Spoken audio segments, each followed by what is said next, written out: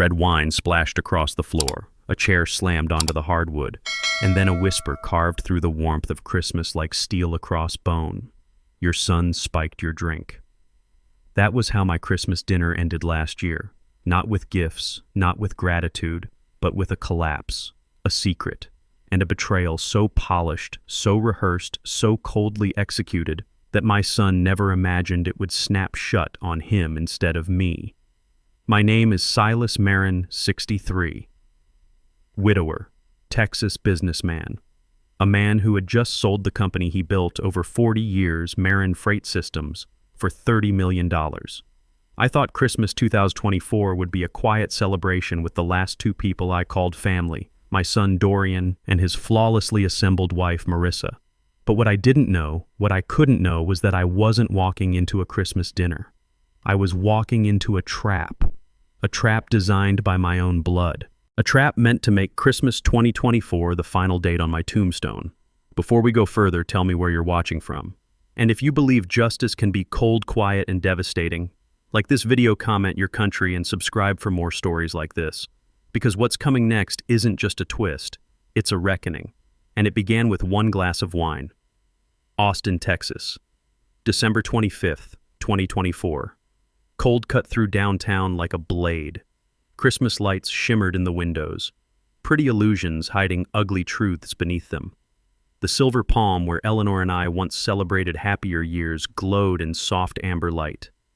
I paused at the door, straightened my collar, and stared at the reflection of a man trying to believe tonight could still mean something.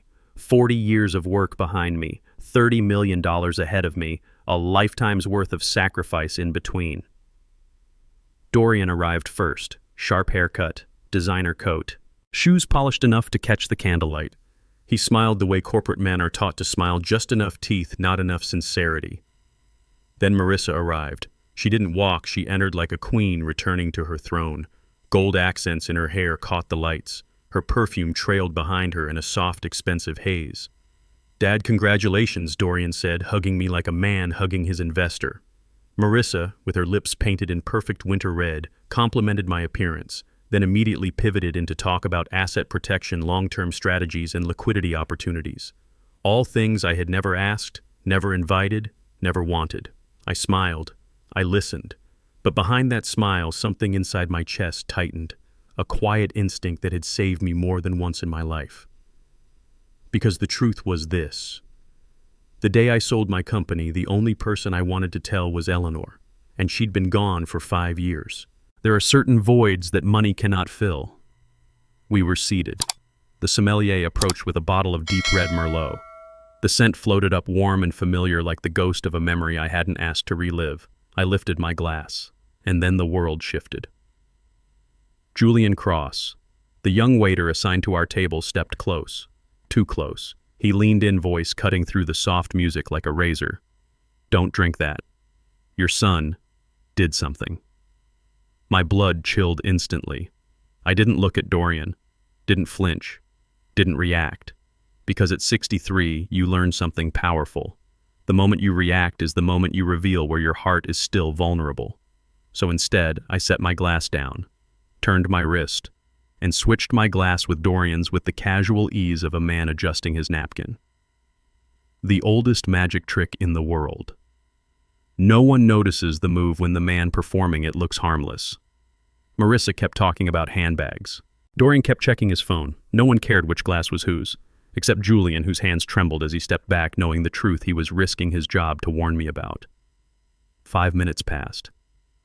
5 long, burning minutes. Then Dorian picked up the glass, forced a smile, and drank it in one swallow.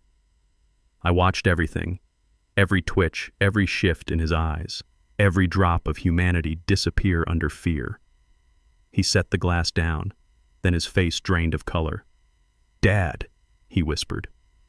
His hand shot to his temple, his breath hitched, his eyes widened with horror, and then he collapsed.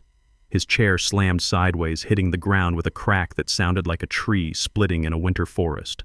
Wine pooled around him like spilled blood. Marissa screamed, a perfect theatrical scream. "Help him, please! Oh my God, help him!" But her eyes told the truth. She wasn't afraid he was dying. She was afraid they had failed. I didn't move. Didn't panic. Didn't rise from my seat. I sat still and watched the performance crumble.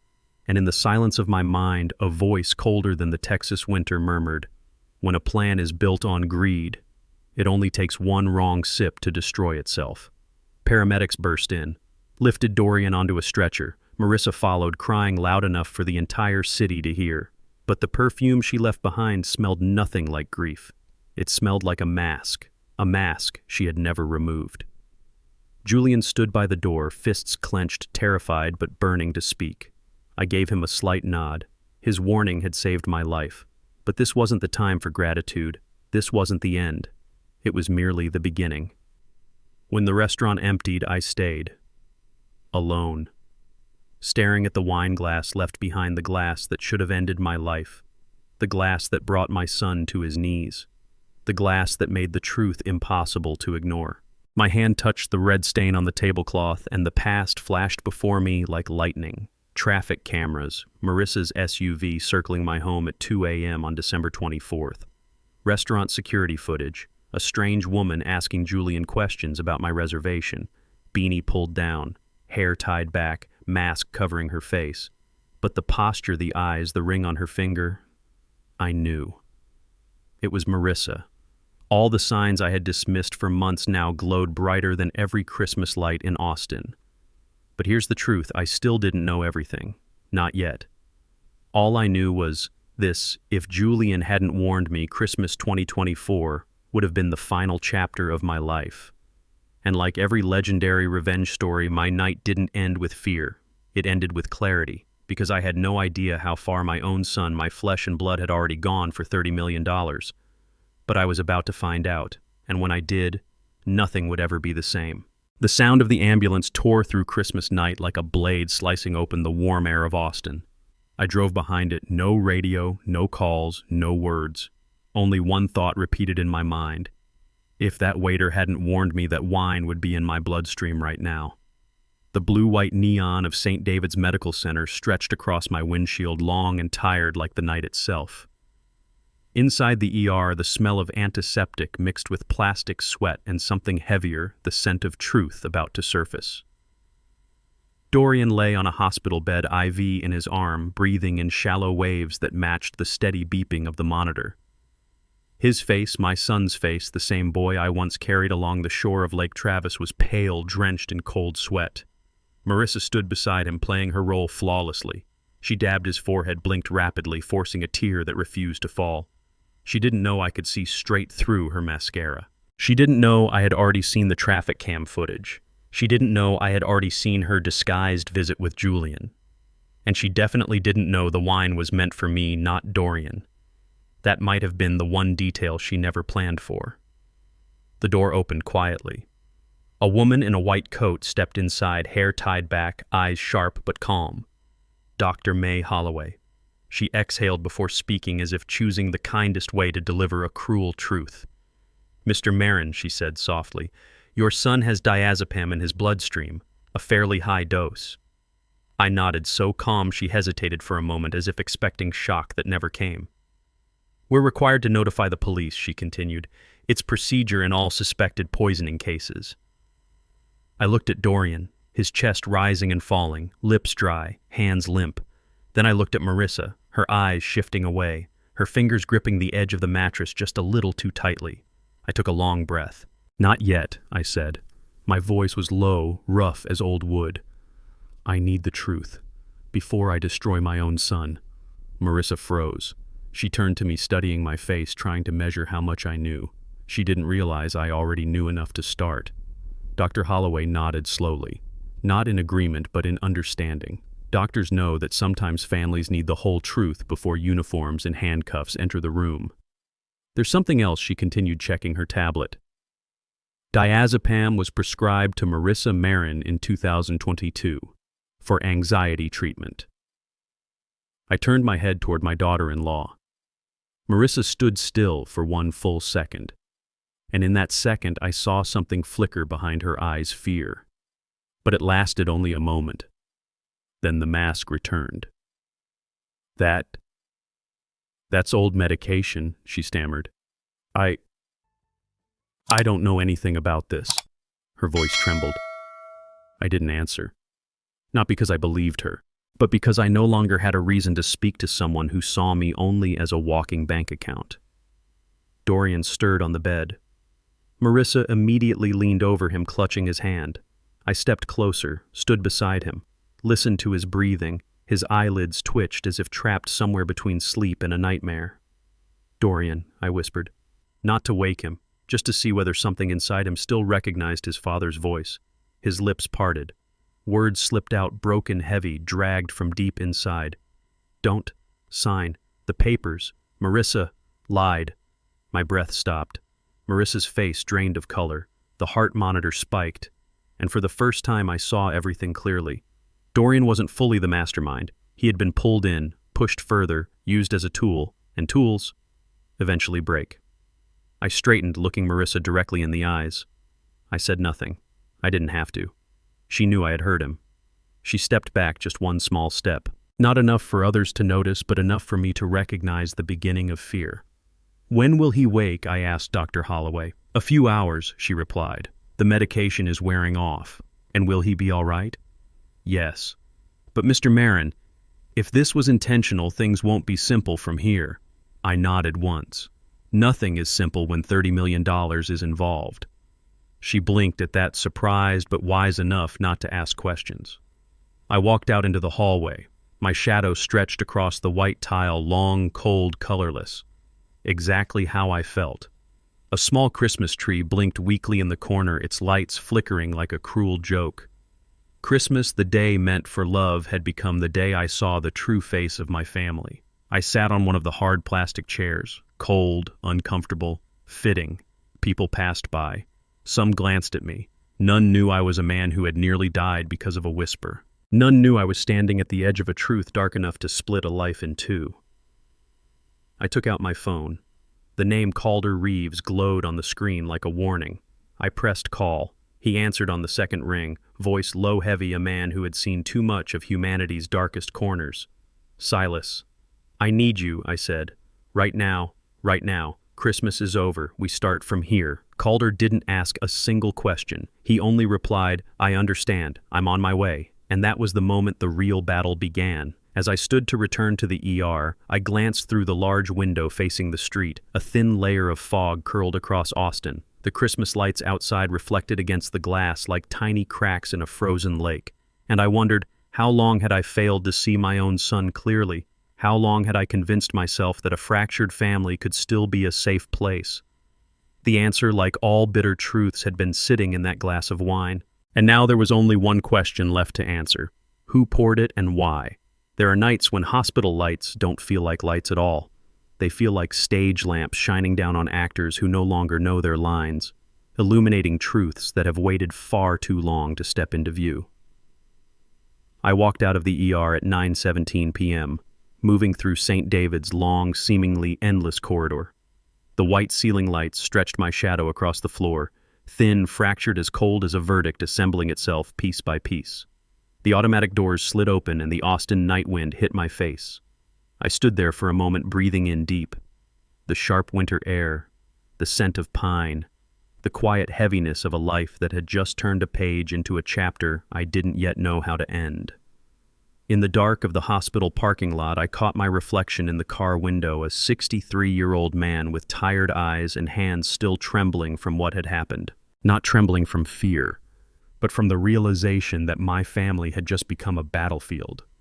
I remembered the look in Dorian's eyes under the ER lights and the words he murmured in that drug-hazed state. "Don't sign the papers. Marissa lied." Those words hammered in my skull like metal striking metal.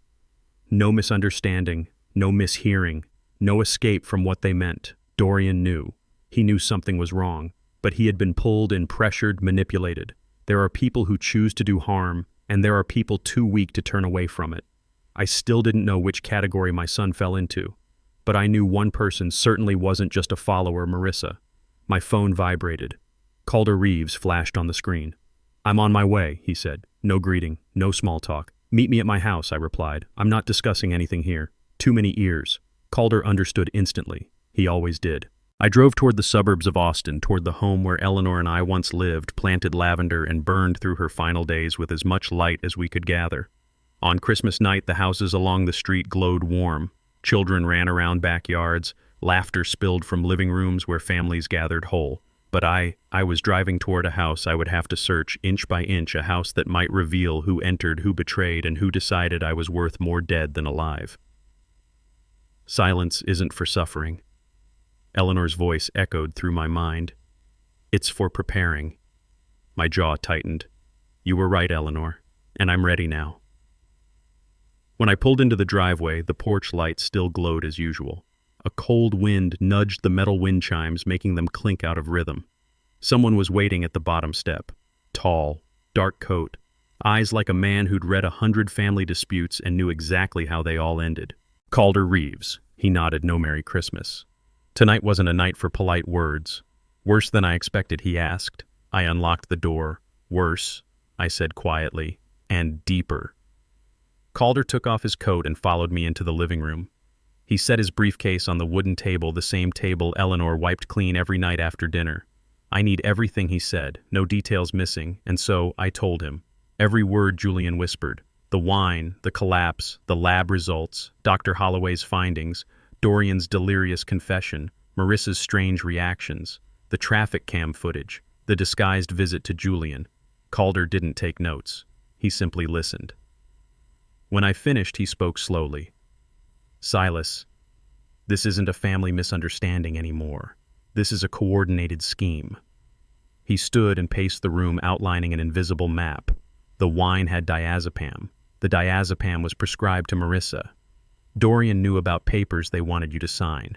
Marissa was near your house at 2 a.m. She disguised herself to ask about your reservation. He turned back to me. This wasn't impulsive. This was planned. I sat in Eleanor's favorite chair. My chest felt heavy, like someone had placed a block of iron inside me. I know, I said quietly, and I'm ready to go all the way.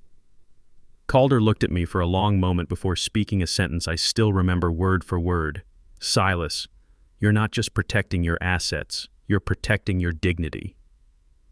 The living room light shone across Eleanor's photo on the mantel. The frame glimmered as if someone had touched it. I stepped toward it, placing my hand on the cold stone. I'm sorry, Eleanor, I whispered. I should have seen it sooner. Calder didn't speak. He knew the words weren't meant for him. I turned back, my voice stronger than the brick wall behind me. Calder, I want the first step. What is it, cameras? I figured. I want to know who entered my home before Christmas, who touched my office, and why. Calder nodded once. I'll call Seraphine Cho, best investigator in elder financial abuse cases. I met his gaze. We will uncover everything, but Calder, I won't forgive anyone.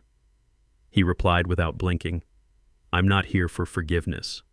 I'm here to make sure you win. My phone buzzed. A message from Julian the waiter. If you need me to testify, I will. That night wasn't an accident.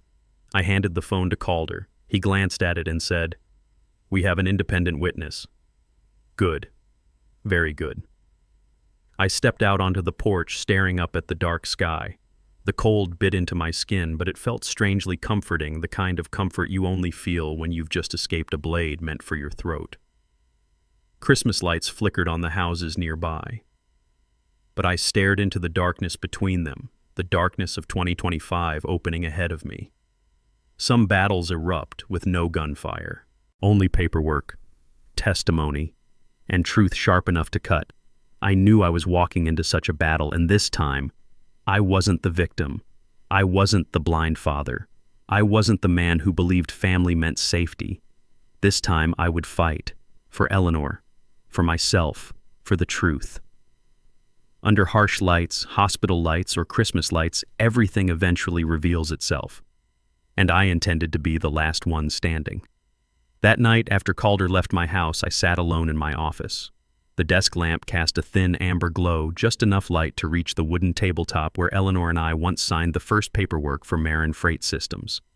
I opened my laptop and logged into the home surveillance system Seraphine had remotely activated. One video file was marked in red.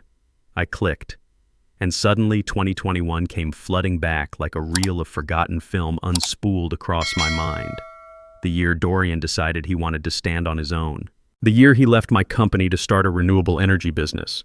The year I was proud, so proud I was blind. I remembered him walking out of a conference room that morning, arms full of documents, face glowing with the feverish confidence of a man who believed he was about to change the world. "I want to build something that's mine," he said. I put a hand on his shoulder thinking I was lifting him up, but that warmth turned out to be anesthesia before the greatest pain. The startup rose like a firework, then died in the darkness of numbers that refused to lie. 2 months, 6 months, a year. Money burned like paper. Investors backed out. Technical flaws surfaced. A major contract collapsed just 48 hours after signing. And then, the number appeared on the debt sheet. $2.4 million. Not my money. Not his money. Borrowed money. Promised money. Money inflated by desperation and hope. I remembered him standing at my doorway, shoulders caved inward, speaking in a small, broken voice I hadn't heard since he was a boy dad. I lost everything. I embraced him. I shouldn't have. There are hugs that plant dangerous weakness into a man's heart, and I handed him one without realizing it. And Marissa. She didn't fail. She plummeted. The PR firm fired her for professional misconduct. I later learned why. She clashed with her manager, spoke out of turn, and accessed internal data she had no clearance for. When Dorian lost investors and Marissa lost her job, their apartment dimmed literally and metaphorically. Humidity crept into the walls, bills piled up on the kitchen counter, and the smell of failure, a smell you recognize only if you've lived through it, began to seep in. I remembered visiting them, peeling paint, flickering lights, past due notices on the fridge. Marissa sat on the couch, staring at her phone, not at me, but at a blank spot on the wall, as if calculating what could be sold next. Dorian forced a smile. "We're fine," he said. But Marissa's eyes said something else. "No, we're drowning." And then came the sentence I believe was the root of everything that followed. I didn't hear it from her directly. But one night in 2022, when Dorian was drunk and exhausted, he repeated it to me. Marissa said, "Your dad has 30 million. That's not his money. That's our future." I stood frozen when he told me that. Even now I can feel a cold hand gripping my heart, not because of the words 30 million, but because of "that's not his money." That sentence was the first crack. And every tragedy begins with one small crack. The video on my laptop flickered, then brightened. A familiar setting appeared: Marble Oak Cafe, the corner shop where Eleanor and I used to drink cappuccino. But tonight the lighting was dimmer, colder. Marissa sat at a table, not the lightly made-up version she showed me, but sharper, colder, calculating. Across from her was a young man in a cheap suit tie, crooked a lawyer fresh out of school. "Garrett Hayes." I turned the audio on. Static at first, then words clear enough. "We want full control of my father-in-law's assets," Marissa said. Power of attorney, Garrett responded. "Yes, I can draft it, but if he doesn't sign?" Marissa leaned back. Her tone didn't waver, didn't soften. It was a blade peeling fruit. "Then we make him look unfit." I paused the video. Her face froze on the screen, eyes bright with ambition. Lower lip caught lightly between her teeth, a faint reflection of overhead lights glinting in her pupils, like a spotlight she believed belonged solely to her. Marissa didn't want money. She wanted power, and she would take it at any cost. I resumed the video. Garrett asked, "What about Dorian? Does he agree?" Marissa smiled, a small, deadly smile. "He'll agree. He thinks his father will help, and he trusts me." A cruel truth settled in. Marissa didn't love Dorian. She loved the bridge he represented, the bridge between her and $30 million. Then came a scene that struck me in a way I still hate admitting. Dorian walked into the cafe. He looked exhausted, unshaven eyes dim, not the confident young man pitching investors in 2021. He looked lost. "Garrett," he greeted softly. "Marissa said you have the draft for my father to sign." Garrett handed him the papers. Dorian stared at them for a long time. His fingers trembled. "You sure about this?" he asked Marissa, his voice thin, the voice of a man who knew he was stepping into darkness. Marissa took his hand, squeezed hard, locking her eyes onto his as if forcing his doubt to drown. I'm sure. This is our future. Your father will understand. Dorian didn't meet my eyes through the screen, but I saw the fear inside him. He knew it crossed a line. He knew it was wrong, but he also knew Marissa was the only person he had left to lean on. And so, he signed the draft, signed the plan, signed the ticket that would drag my family to the edge of the cliff. I inhaled deeply, not to calm myself, but to remember the exact moment my heart turned cold. A notification pinged on my laptop. A message from Seraphine confirmed. Marissa used your email to schedule the appointment for the secondary account. Dorian only signed after she pressured him. I closed my eyes. And for the first time in years, I whispered a sentence Eleanor once told me. A man may make mistakes, but a conspiracy always has a leader. Marissa was that leader. Dorian was weak. Dorian was foolish. But Marissa was the one who wrote the darkest chapter of my family's story. There are moments in life when you realize you are no longer the victim. That night after finishing the surveillance video from Marble Oak Cafe was mine. I stood alone in my study, the thin gold light from the desk lamp pooling over the wooden surface worn down by decades of work. The same desk where Eleanor and I once signed the very first papers for Marin Freight Systems. The room was so silent, I could hear the wall clock ticking each second, carving deeper into my awareness that I needed help, not chaos, not emotion, but strategy. There was only one person Calder trusted enough for this war, Seraphine Cho, a private investigator known for dismantling more than 60 elder financial abuse cases, and all of them had one thing in common. The predator was always a family member. I dialed her number. 2 rings. Mr. Marin. Her voice was low, cold, not unfriendly, but untouched by the need to pretend. It was the voice of someone who had witnessed far too many dark corners of other people's families. I need you, I said, as soon as possible. I'm on my way. 20 minutes later, in the quiet outskirts of Austin, a black sedan pulled up in front of my gate. The door opened and Seraphine stepped out. Tall, precise, a presence carved out of calm steel. Hair tied back, long charcoal coat, not a smile in sight. She simply extended her hand. Seraphine Cho, Silas Marin. Her eyes scanned the porch, not admiring, evaluating, as if the crime scene had already begun. I've spoken to Calder, she said. I'll need access to all raw camera feeds, garage entry logs, and any storage devices you've used since 2021. I led her inside. She opened her laptop connected to my security system, a system I once believed was strong enough. Turns out it was no stronger than a spare key. Only 3 people knew about the garage spare key, she asked. Yes, you, your son, and your wife, Eleanor. A small sting hit the back of my nose, but I did not let sentiment interrupt the process. Yes. Seraphine pulled her chair closer, opened the access logs, and lines of timestamps appeared, like the ledger of a silent intruder. Here, she said, pointing to one entry, 02:13 a.m., December 24th, 2024. Garage opened. Not by remote, not by keypad, by spare key access. I didn't open it that night, I said. I know. She enlarged a grainy porch light camera feed. Cold winter static flickered across the screen, but the figure was unmistakable. A woman. Black hoodie, beanie, large tote slung over her shoulder, moving through the garage as someone who knew exactly where everything was. My grip tightened on the arm of the chair. Seraphine's voice softened, as if afraid to shatter the moment when truth becomes undeniable. You recognize her. Marissa, I said. No tremor, no hesitation. Seraphine nodded, confirming the thing I'd already known but needed to say aloud. I'll find out what she took, she said. But this much is clear: she didn't enter the garage to admire your tools. After an hour of digging, Seraphine returned to the study carrying something I didn't know whether to sigh in relief for or collapse under. She placed an old handbag on the desk. Marissa's handbag left behind in her car earlier that evening when Seraphine, under my legal authorization, quietly inspected it. Take a look. She opened the bag gently as though prying open a coffin. Inside makeup. An old compact. Cheap perfume. And my garage spare key. I didn't stare at it long. Some truths hurt more when you look at them directly. Seraphine spoke again, and for the first time, her voice bent. Not much, but enough to reveal a flicker of humanity. I've seen many families fall apart, but very few daughters-in-law steal the house key of the man who welcomed them in. I sat down, not sighing, Not raging, just silent. And silence carries more weight than any scream ever could. Calder returned later that night carrying a thick folder he placed on the wooden table.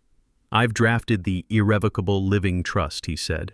"The full 30 million will no longer be in your name. It becomes a protected entity, the Eleanor Foundation for Integrity." My eyes drifted toward the photo of Eleanor on the mantel. Her smile still soft, still steady, still reminding me of the principles she lived by for 38 years. "She'd want that," I whispered. Calder nodded. "And there's a special clause," he added. "If any heir is involved in wrongdoing, conspiracy, or financial abuse toward you, the entire estate automatically transfers to the foundation. No appeals, no disputes." Seraphine folded her arms. "In other words," she said dryly, "if they want to inherit your money, they have to keep you safe. Cruel. Elegant. Exactly how justice should feel." At 11 p.m., Seraphine received a new alert. She frowned, then pulled up a live feed from the cafe surveillance she had legally accessed. "You'll want to see this," she said. The screen lit up with the image of Marissa and young Garrett Hayes. A faint smirk played at her lips, the smirk of someone confident she had already won. "He'll sign eventually," Garrett said. And then Marissa tilted her head, voice low, deliberate, like a whispered incantation. "When he signs, everything becomes ours." I didn't flinch, didn't boil, didn't smile. I simply felt one truth: that sentence would be the one to destroy her. Seraphine glanced at me, watching for the reaction of a man stepping into the war zone. Calder stared at the screen for a long moment, then said, "Silas, you now have everything you need to strike back." I rose to my feet. The room was dim, lit only by the glow of the laptop screen, casting shadows across the lines on my face lines Marissa once mistook for the marks of an old man she could manipulate. They forgot one thing: people who've lost too much have nothing left to fear. I looked out the window. Austin's night stretched out like a frozen lake, quiet, cold, unbroken. And into that darkness I said, "Let's continue." Because that was the moment I stopped being their target and became the man who would take everything back. 3 days after Seraphine sent me the video of Marissa saying, "When he signs, everything becomes ours," I invited Dorian and Marissa over for dinner. I chose something ordinary: crab bisque, roasted tenderloin, mashed potatoes. The dishes I used to cook for Dorian when he was a boy. No wine, no celebration, no glowing lights like the silver palm, just my old kitchen's soft amber bulbs, and a silence heavier than any verdict a judge could deliver. Around 7 p.m., their car pulled up. Through the window, I saw Dorian step out first, straightening his tie, a nervous, unconscious gesture of a man trying to look composed. Marissa followed behind him. Long coat, flawless makeup, a smile sharpened at the perfect angle as if she were about to walk into an audition. They knocked. I opened the door. "Dad," Dorian said, his voice slightly hoarse. "I want us to make peace." I nodded, letting my eyes soften. Even after what happened at the hospital, I asked, as though I had no evidence at all. Marissa jumped in quickly. "It was just exhaustion, Dad.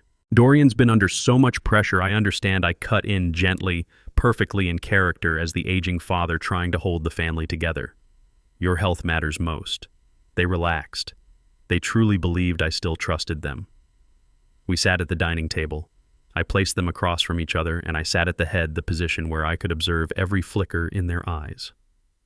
Dorian ate a few spoonfuls of soup. Marissa barely touched her plate, too busy scanning the room like someone hunting for cameras. She didn't know Seraphine had already installed them, perfectly legal, perfectly placed in every common area of the house. After a few empty questions, I set my spoon down and looked at them. "If you want to help me handle my assets," I said, "I won't refuse. Just tell me honestly." Dorian bit his lip. Marissa touched his leg under the table, a small squeeze in order disguised as affection. Dorian inhaled deeply, placed a leather folder on the table. "Dad, we have a document.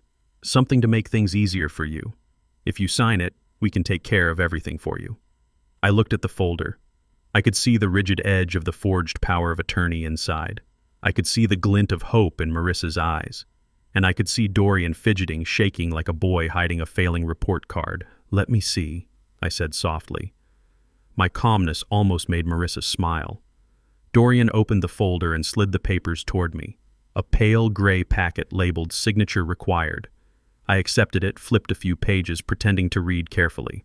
I wasn't looking for information. I was watching them. Dorian swallowed hard. Marissa stared at the pen on the table as if it were a doorway to a life she had been rehearsing in her mind for months. After a moment, I lifted my head. "I trust you," I whispered. Marissa exhaled a shaky sigh of triumph, not emotion. I picked up the pen. "Give me a copy," I told Dorian. "Let me sign a draft first." Neither of them knew I had already prepared a blank copy hidden in a folder behind my chair. Dorian handed me the real packet. I kept my expression gentle, steady. No tremble, no suspicion. I slid the blank copy onto the table right under the warm glow of the kitchen light. And I signed. A clean, smooth, confident stroke of blue ink. "There," I said. "All signed." Dorian's eyes widened. Marissa drank in the moment as if it were champagne. "Thank you, Dad," she murmured, not trembling with gratitude but with exhilaration. I smiled back, the soft smile of an old father who still believed in his children, a smile they read as weakness, a smile they would regret misreading, because they didn't know the camera behind the flower vase was recording every second. They didn't know the paper in their folder was a blank sheet dressed up like the real thing. And they didn't know Calder already had the real forged copy secured for forensic analysis. After dinner, I began clearing the table. Dorian went to the bathroom. Marissa stayed in the kitchen taking out her phone. She whispered, unaware that a legally installed microphone sat right above her. He finally signed. "We're so close." Those words, each syllable fell across my kitchen like the final variable of a betrayal equation. I set down the last plate, feeling something settle inside me. This moment would save me in court and burn their entire scheme to ashes. They left later that night, lighter, relaxed, convinced they had won. I stood in the doorway as they walked to their car, Marissa's perfume trailing in the wind like a victory parade. But in truth, it was the moment they lost the most. I closed the door, walked straight to my study. My phone vibrated. A message from the one person I had been waiting to hear from Julian Cross. "Silas, if you need my testimony, I'm ready." She approached me a week before Christmas. I was scared to speak that night, but I won't stay quiet anymore. I stared at the message longer than necessary, not because I was surprised, but because I could feel it. The gears of justice had finally begun to turn, and this time they were turning for me. I turned off the study lamp, stepping into the darkness like a man walking onto the stage of his final battle. "Eleanor," I murmured, "I'm starting now." After that so-called reconciliation dinner, the truth began cutting through the dark like slivers of light, thin, sharp, merciless. Pieces Marissa spent months hiding finally started surfacing. The next morning, Calder and Seraphine arrived at my house at 7 a.m. No greetings, no coffee, no pleasantries. Just Calder's single sentence, "Silas, it's time to build the timeline." I led them to the living room, the room where Eleanor once chose every piece of furniture and turned on the large screen. Seraphine sat in front of her laptop, typing fast the way someone types when they've done this 100 times. Calder stood behind her, hands in his pockets, the posture of a lawyer who had long run out of shock. On the screen, the title appeared. Case file, Marin family. Financial exploitation and attempted incapacitation. Date range review, 2022-2024. The entire house fell silent, as if waiting for judgment. One fingerprints on the wine glass. The silver-palmed Seraphine opened the first folder. "I received the forensic report," she said. On the screen, a wine glass, lifted fingerprints. Comparison samples belonging to Marissa Marin.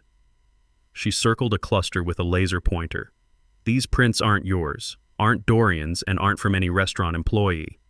She looked at me. "They're Marissa's." Calder nodded, not surprised. "It confirms who prepared the glass."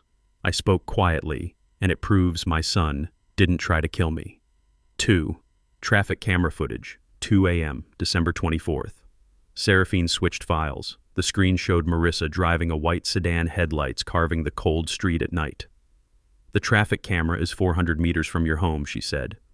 Timestamp, 2:03 a.m., Marissa leaving your neighborhood. The same window when the garage spare key was used. Calder added, This is the first fracture in the illusion of trust. My hands tightened on the chair, not out of anger, but because truth was no longer a suspicion. It was becoming evidence. 3. Diazepam receipt purchased with my card. Seraphine opened a PDF. Here's the $137 receipt. Diazepam 10 milligrams bought at Westlake Pharmacy. Paid with your secondary credit card. The purchase date December 15th, 2024, 1 week before Christmas dinner. Calder shook his head. She wanted you to pay for your own poisoning. People like her don't stop at moral lines. I didn't answer. There are truths heavy enough that silence is the only response. 4. Email metadata. Marissa altered the timestamp. A recovered email appeared with its underlying metadata displayed beneath it. This is the email Marissa sent to the bank requesting a secondary account under Dorian's name. Seraphine pointed at the modified date line. She changed the timestamp to make it appear as though Dorian submitted this before his startup collapsed. She was trying to justify the transfer of funds. Calder crossed his arms. Deliberate fraud. In court, this alone could collapse their entire case. 5. The $400,000 withdrawal. Seraphine pulled up the bank statements. The largest unauthorized withdrawal is here, she said. She zoomed in $400,000 transfer to account ending 9142. The account holder is listed as Dorian Marin. She paused long enough to let the truth land. But the account was opened online using an IP address from Marissa's phone. Calder let out a humorless laugh, not amusement, but exhaustion. And they thought they could outsmart us. I didn't laugh. A man watching his family unravel has no room for laughter. 6. Recovered iCloud. Messages from Dorian. Seraphine opened the next folder. I recovered part of Dorian's deleted iCloud messages. The screen displayed Dorian. Nathan. She's dangerous. I don't know what to do. A cold shiver ran down my spine. Seraphine spoke gently. Mr. Marin. He wasn't fully complicit. He was pushed, pressured, manipulated. Calder nodded. This will be crucial. It shows Dorian had no intent to harm you. I looked toward Eleanor's photograph on the mantel. She once told me a lost child must be pulled back from the edge, not pushed further down. But not everyone in this story was a child. Someone had built that edge. 7. The final video. The mask falls off. Seraphine opened the last file without speaking. She simply hit play. The ceiling camera in the garage recorded Marissa entering on the night of December 24th, eyes darting around as if trespassing enemy territory. She opened the old family keepsake box, the wooden box holding everything that survived our years together, wedding photos, Dorian's childhood pictures, a photo of Eleanor holding him under the eucalyptus tree. Marissa stared at them for a moment. Then she began tearing them, one by one, slowly, without hesitation. The sound of ripping paper echoed through the room, cold enough that I felt it crack inside my chest. Calder exhaled. There's no defense for this. Seraphine closed the laptop. I sat still. My hand rested on the table, steady but as heavy as stone. There are moments when a man feels no anger, no sadness, no pain, only clarity. The mask was gone. Completely. No more doubt. No naive mercy. Marissa was the one who opened the door and led Dorian into darkness. And now I would be the one to close that door, lock it, and throw away the key. Seraphine looked at me, her voice calm. Mr. Marin, with this evidence, no judge will take their side. Calder added, We have the timeline. Now we prepare for the storm. I rose and walked to the window. Texas, afternoon sunlight, dusted the yard with a thin golden layer like a soft veil over old memories. I spoke without turning back. The storm won't break me. It will wash them clean. And in that moment, I knew the battle had officially turned. When the truth begins to surface, the world doesn't go still. It growls. And that morning, exactly 1 week after the trap dinner, Austin woke up to its first growl. The leak hit. No one knew where it came from or how it slipped out, but a headline appeared on the Austin Chronicle online and spread like wildfire. Businessman claims son tried to spike his drink, investigation underway. I stared at the headline, my hand steady around a mug of hot coffee. There are two types of news in this world, the kind you control and the kind you face. This was the second kind. Calder called exactly 4 minutes after the article went live. "Not from our side," he said immediately. "I'm guessing someone at the restaurant or hospital sold the story." I looked out into the yard. The Texas sun was sharp, one of those unforgiving morning lights that exposes every shadow you thought you'd hidden. "Good," I said. "A leak throws them off balance. We don't have to make the first move." Calder paused. "You're awfully calm, Silas." I answered. "When you stand on the side of the truth, you don't shake." The first reaction came from Dorian. 3 hours later, footage appeared online. Dorian stood outside his house, hand blocking the camera, voice defensive. "No, I did not poison my father. Who's spreading this?" A reporter fired questions. "Were you at the restaurant when the incident happened?" I just drank my wine. That was my glass. "Do you believe your father hallucinated the event?" "I think my father misinterpreted things." I watched that clip several times. What I saw was not innocence, nor guilt. It was fear. The fear of a man being dragged deeper into the pit his wife dug for him. And Marissa. She wasn't flustered. She didn't avoid the cameras. She didn't stutter. She stepped into the spotlight like a woman arriving at her audition. Her voice quivered at perfect intervals, eyes watery on cue. "My father-in-law. He's not well. He's confused. He's under financial stress and age-related strain. He needs help, not accusations." She pressed a hand to her chest, a performance worthy of an Emmy nomination. "Dorian is devastated," she continued. "We've only tried to support him, but he's mixing things up." A reporter asked, "Do you deny the wine being tampered with?" Marissa blinked twice, a reflex of someone calculating. Then she said, "I don't know anything about that." A dangerous answer, full of cracks, but enough to confuse the uninformed.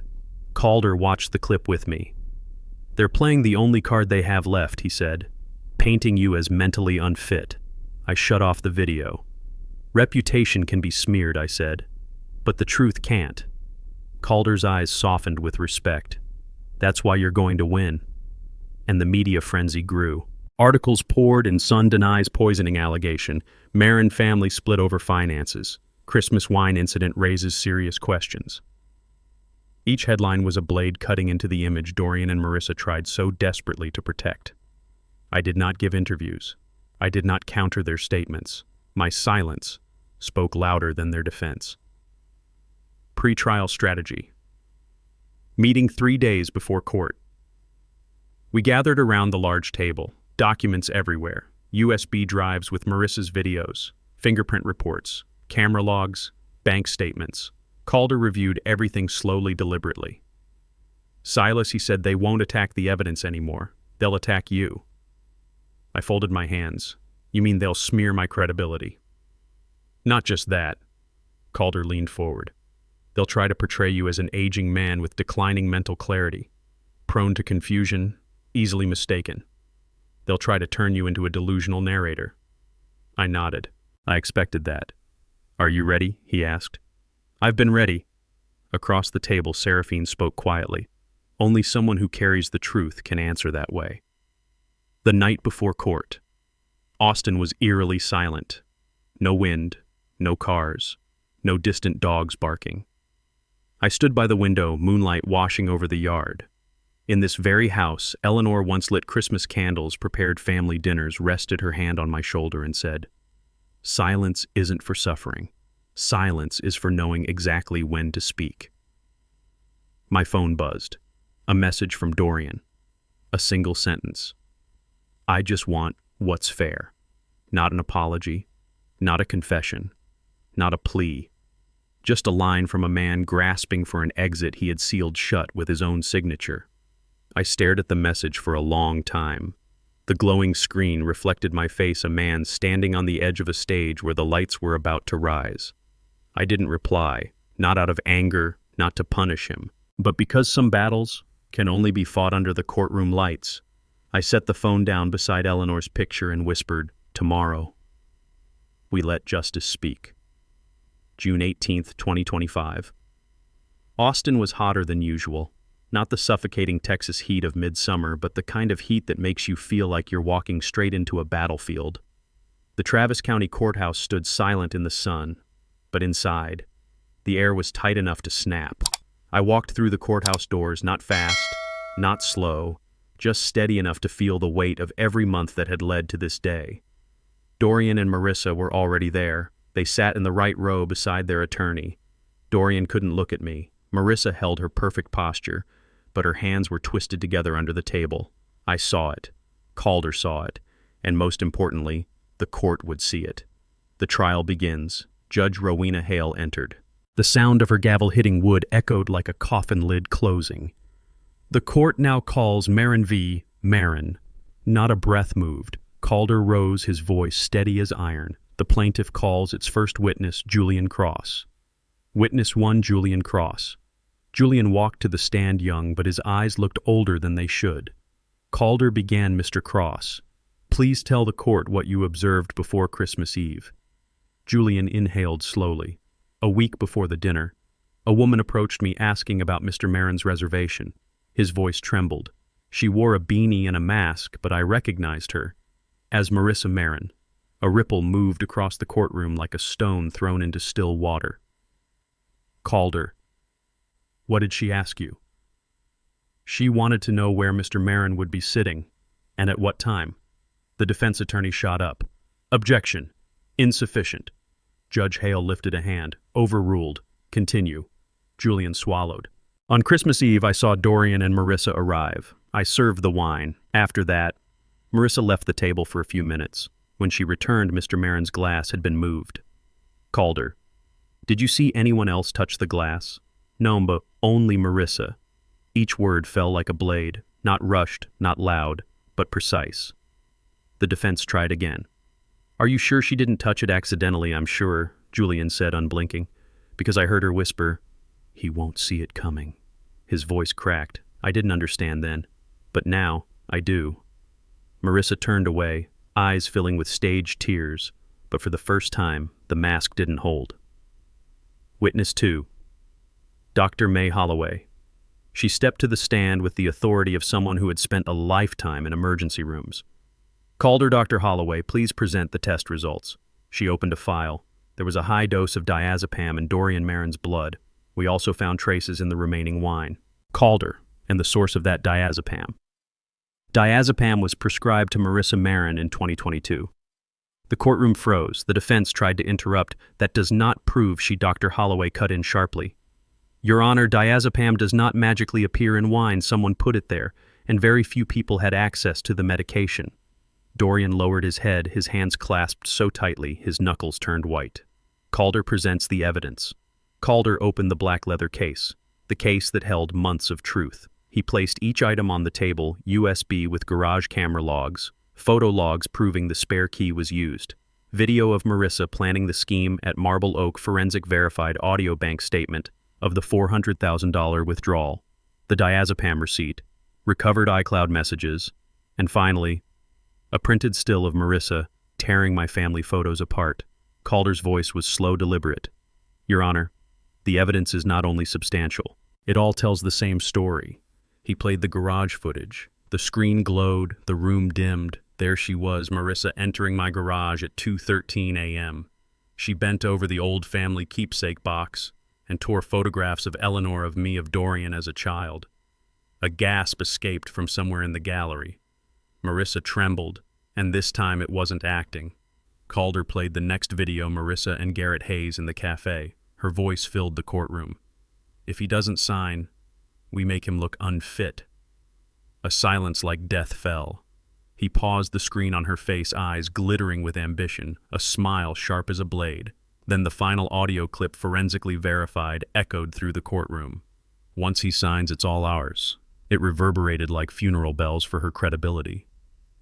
Marissa broke real tears now, not the rehearsed ones. Dorian couldn't lift his head. His hands shook uncontrollably on his knees. I looked at him, my heart heavy. I didn't see an enemy. I saw a man dragged into darkness by the wrong choices and the wrong woman. Justice knows how to separate a victim from a mastermind. Judge Hale studied them both for a long, quiet moment. No words, None needed. I stood there not victorious, not triumphant, just the last man standing in the storm they created. The court recessed, but I knew this was only the opening movement before the verdict that would shape all our futures. There are days in a man's life when he feels the weight of every year he's lived not as a burden, but as proof that he has survived things younger men have no language for. That was the feeling in my chest as I walked up the stone steps of the Travis County Courthouse, June 18, 2025, Austin already burning with early summer heat. Not the gentle warmth of a Texas morning, but the dry, razor-edged kind that makes the air feel like a warning. Today was Judgment Day, not only for Dorian, not only for Marissa, but for the entire story they tried to rewrite with forged documents, stolen passwords, and a poisoned glass of wine. I pushed open the heavy courthouse doors. The air inside was colder, sharper, like stepping into a cathedral where truth was the only God and every lie was a sin waiting to be sentenced. The defendants. They were already seated. Marissa sat perfectly upright, back straight, like she was held together by the last thin thread of vanity she had left. No designer purse today, no expensive coat, no smoky eye makeup masking her intentions. Just a trembling woman wearing the consequences of her choices for the first time. Her hands were clasped so tightly her knuckles looked carved from ice. Dorian. My boy looked older than me, dark crescents under his eyes, skin pale, stretched thin, fingers tapping impulsively against his knee as if he could tap his way out of this moment. He didn't look at me. Not once. I didn't blame him. Some truths burned too bright to face head-on. Calder stood beside me, steady, collected his face, unreadable like a stone monument to order and law. He leaned toward me and whispered, "Whatever happens, Silas, you walked in with the truth. They walked in with nothing." I nodded, not for reassurance, but for closure. The bailiff called out, "All rise," and the room rose as Judge Rowena Hale entered. She wasn't tall, she wasn't intimidating, but she had the kind of presence that reminded you of a storm cloud that held lightning behind its silence. The judgment begins. Judge Hale seated herself, adjusted her glasses, and looked over the courtroom the way a surgeon studies the field before the first incision. Her voice was calm, paced, deliberate. "We are here for the final ruling in Marin vs. Marin." You could feel the temperature shift. People leaned in. Reporters readied their pens. Somebody in the back swallowed too loudly. The judge continued. After reviewing all exhibits, witness testimonies, forensic evaluations, financial records, and digital evidence, the court is prepared to deliver its findings.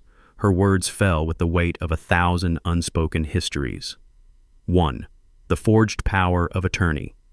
First Judge Hale said the court rules that the power of attorney document presented by Dorian and Marissa Marin was fraudulently constructed with clear intent to obtain control over the plaintiff's assets. Her gavel struck. Crack. Like a bone breaking.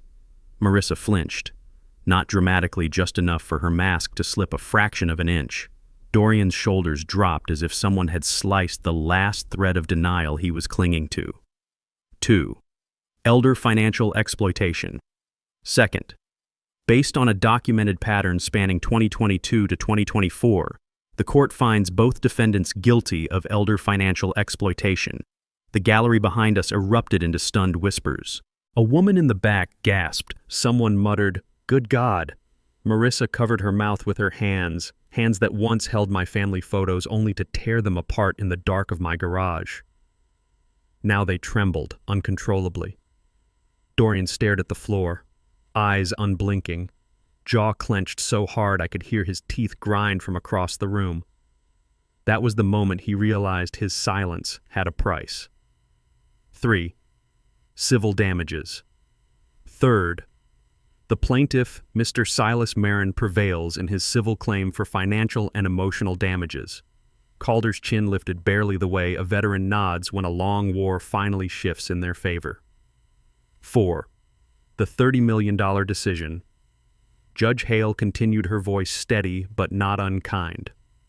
Fourth, according to the Irrevocable Living Trust, prepared by attorney Calder Reeves and due to the defendant's violation of honesty duty and eligibility, the entire $30 million estate shall be transferred to the Eleanor Foundation for Integrity. Eleanor's name echoed through the chamber like a warm breeze through a cold room. I closed my eyes for a single breath. Not in triumph, not in grief, just in acknowledgement that she was here with me in the only way she could be. Marissa broke into sobs, raw, unfiltered, the kind that come not from guilt, but from the collapse of entitlement. She had lost the money she thought the world owed her.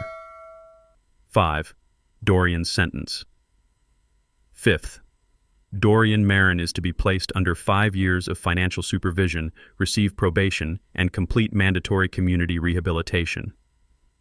Dorian swallowed hard, a sound that carried across the wood-paneled quiet like a stone dropping into still water. His body curled slightly inward as though he finally understood what it meant to choose weakness over truth.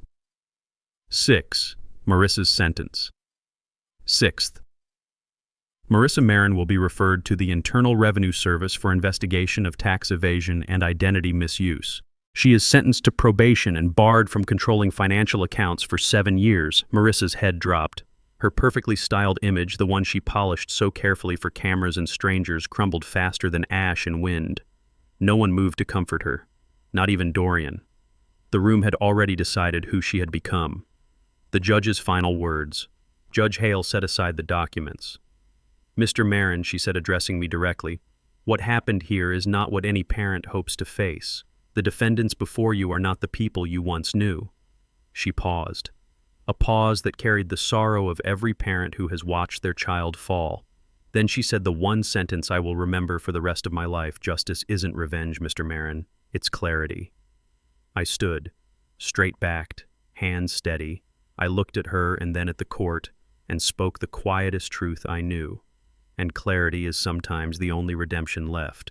She nodded, slow, deliberate, as if acknowledging that some verdicts are written long before the judge ever enters the room. After the verdict, reporters rushed out like startled birds, papers rustled, chairs scraped. The defendants' lawyers packed up their failed strategies with frantic hands. Marissa sat frozen, her breath hitched in broken sobs that she tried and failed to control. Dorian remained standing at the defense table, one hand gripping the polished wood to keep himself from collapsing. I walked past him.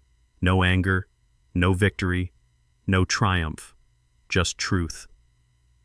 When I reached him, I stopped for one heartbeat, not enough for a conversation, but enough for a single sentence. "Dorian, justice didn't destroy you. It only cleared away what never should have been in your life." I kept walking. Behind me, I heard his breath break, a sound not of punishment, but finally, mercifully, of release. In the Texas sun. Outside, the summer heat wrapped around me, thick, blazing, relentless.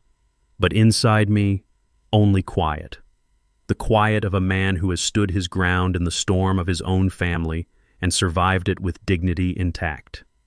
Eleanor once told me, "The truth always finds its way, Silas.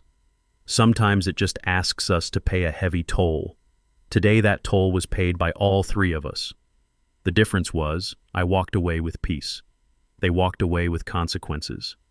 And justice finally walked beside me." There are winters that arrive the way a breath leaves the body, quiet, unannounced, barely brushing against the window at 6 in the morning, as if asking gently, "Are you still here, December 1st, 2025? I woke up in my small cabin near Lake Travis, the place that for the past year has taught me how to live outside the shadow of pain. A place where I learned how to breathe again without fear of the next betrayal. No more courtrooms, no more lawyers, no more sitting across from the ruins of a family I once believed was unbreakable. Just pine wood, cold lake wind, and waterbirds calling to one another somewhere beyond the fog. I stepped onto the wooden floor, opened the cabin door, and winter slipped inside. Thin, clean, honest. The smell of damp soil mixed with pine needles felt like a slow, patient congratulation from nature itself, as if the world had been waiting to welcome a man who had survived a storm not made of weather, but of people. I lit the gas burner. The kettle hissed and clicked slowly, building toward a boil. That sound, steady, dependable, was my favorite sound each morning. It was nothing like the sound of my life 1 year ago when every sunrise brought a new question. What will he betray me with today? The kettle finally whistled. I poured the coffee into an old ceramic mug Eleanor had loved, white fading picture of Lake Bend on its side. We camped there once, long before corporate meetings, lawyers, and a $30 million war tore my life open. I carried the mug outside and pulled the wooden chair closer to the edge of the porch. The lake shimmered under the early sun, smooth as a sheet of glass polished overnight. I sat, inhaled slowly, let the peace soak into the lines of my face lines carved by years of working too hard, trusting too much, loving without caution. People ask me why I chose to live here. I didn't choose it. I ran to it, and then I stayed. Here nobody knows. I stood against my own son in court. Nobody knows I once sold a company for $30 million and nearly lost it all to the very people who shared my last name. Nobody knows I once signed a blank sheet of paper to unmask an entire conspiracy. Here I am, just Silas, the old man who wakes before sunrise, drinks hot coffee, reads the newspaper slowly, and walks the lakeshore at 4 p.m. No reputation, no fortune, nothing anyone can take from me. And for a man who spent 40 years in business, that kind of anonymity is luxury. At 8 a.m., I heard the mail truck rumbling over dry leaves. The mailman's heavy steps climbed the stone path. "Morning, Mr. Marin," he called.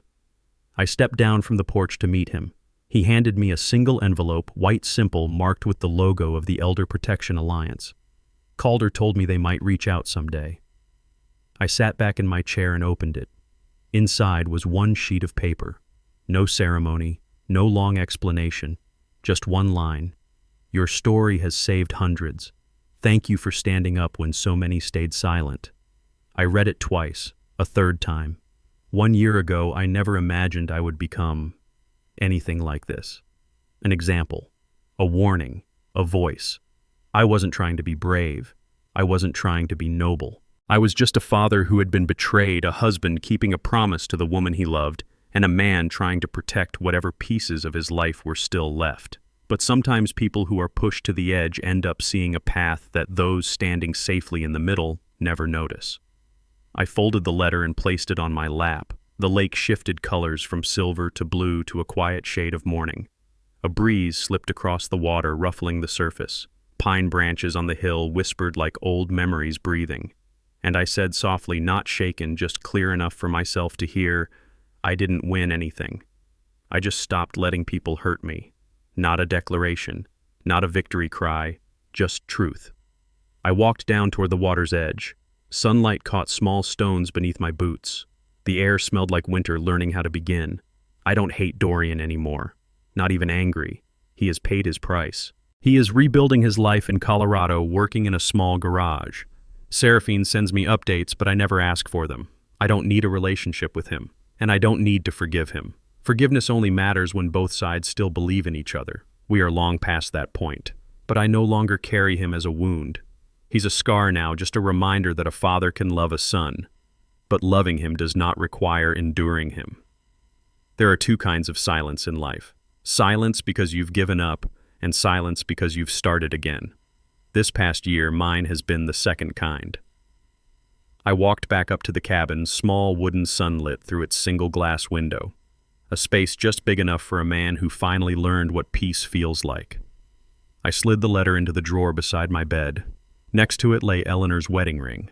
I touched the ring gently. "If you were here," I whispered, "you'd laugh and say, 'Silas, you finally learned how to protect yourself.'" I looked out the window. The sun was rising fully now, the sky so clear you could almost see the future stretching out, and I knew I was no longer living inside a revenge story. I had stepped into the chapter Eleanor always hoped I would find, a chapter of quiet, a chapter of clarity, a chapter where a man finally earns his freedom. There are places you only return to when you're finally brave enough to face the past. For me, that place was Oak Hill Cemetery, where Eleanor has rested since 2019. On that morning, December 2nd, 2025, Austin was colder than usual. Wind swept through the rows of cypress trees, twirling dry leaves in small spirals like whispered messages from the ones beneath the earth. I carried a single sprig of lavender, Eleanor's favorite.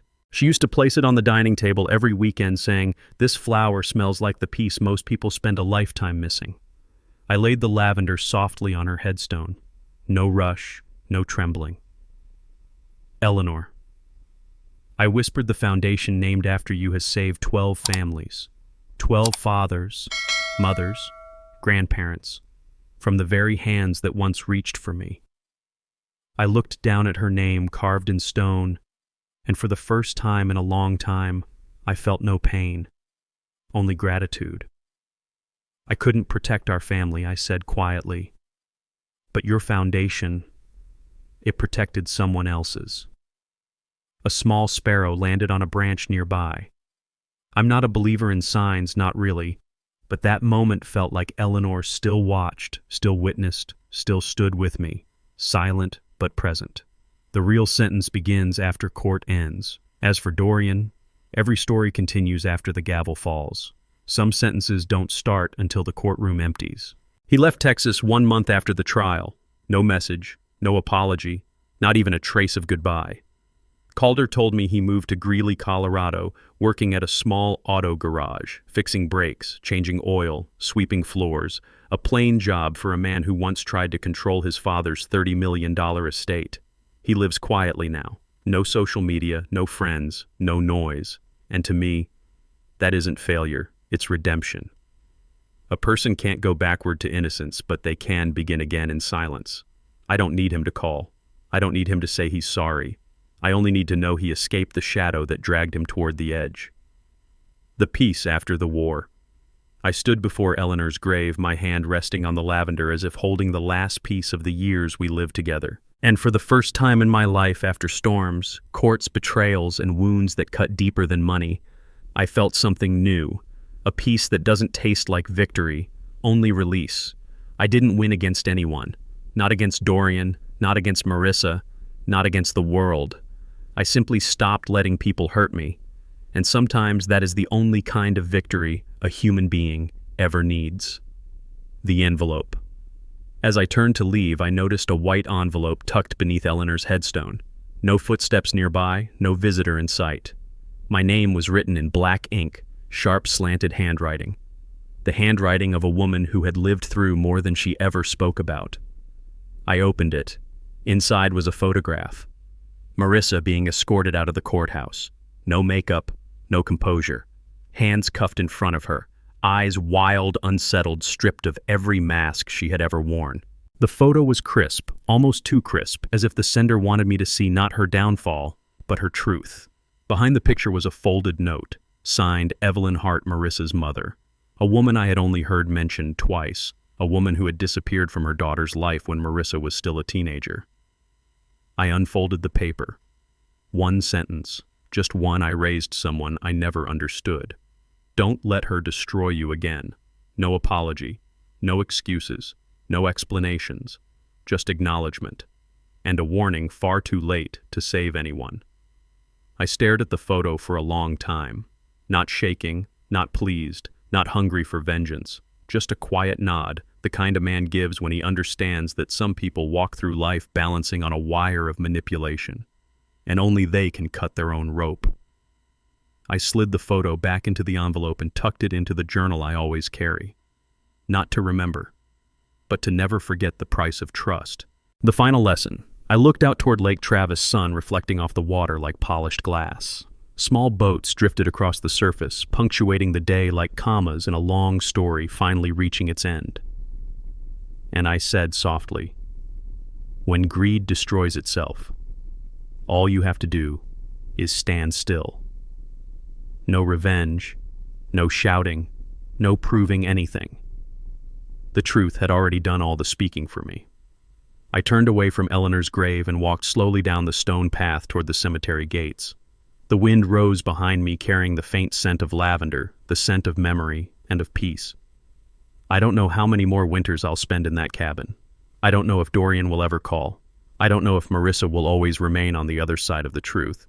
But I know this. I found myself again not in the battles, but in the silence that followed. And if you, the one listening to this story, have ever been betrayed, ever been wounded, ever had your trust turned into a weapon, remember justice doesn't need to scream to be heard. Sometimes silence is the strongest voice of all. If you believe silence can be justice, share this story. Because someone out there is still fighting their storm in the dark. If this story touched something in you today, don't leave quietly. Like the video it tells YouTube, this story mattered. Share it with someone who needs strength tonight. Comment below. Where are you watching from, or have you ever faced a betrayal like this? And if you want more true revenge stories about dignity, justice, and second chances, subscribe and ring the bell, because on this channel we don't scream for justice, we let the truth speak. And sometimes silence is the strongest voice of all.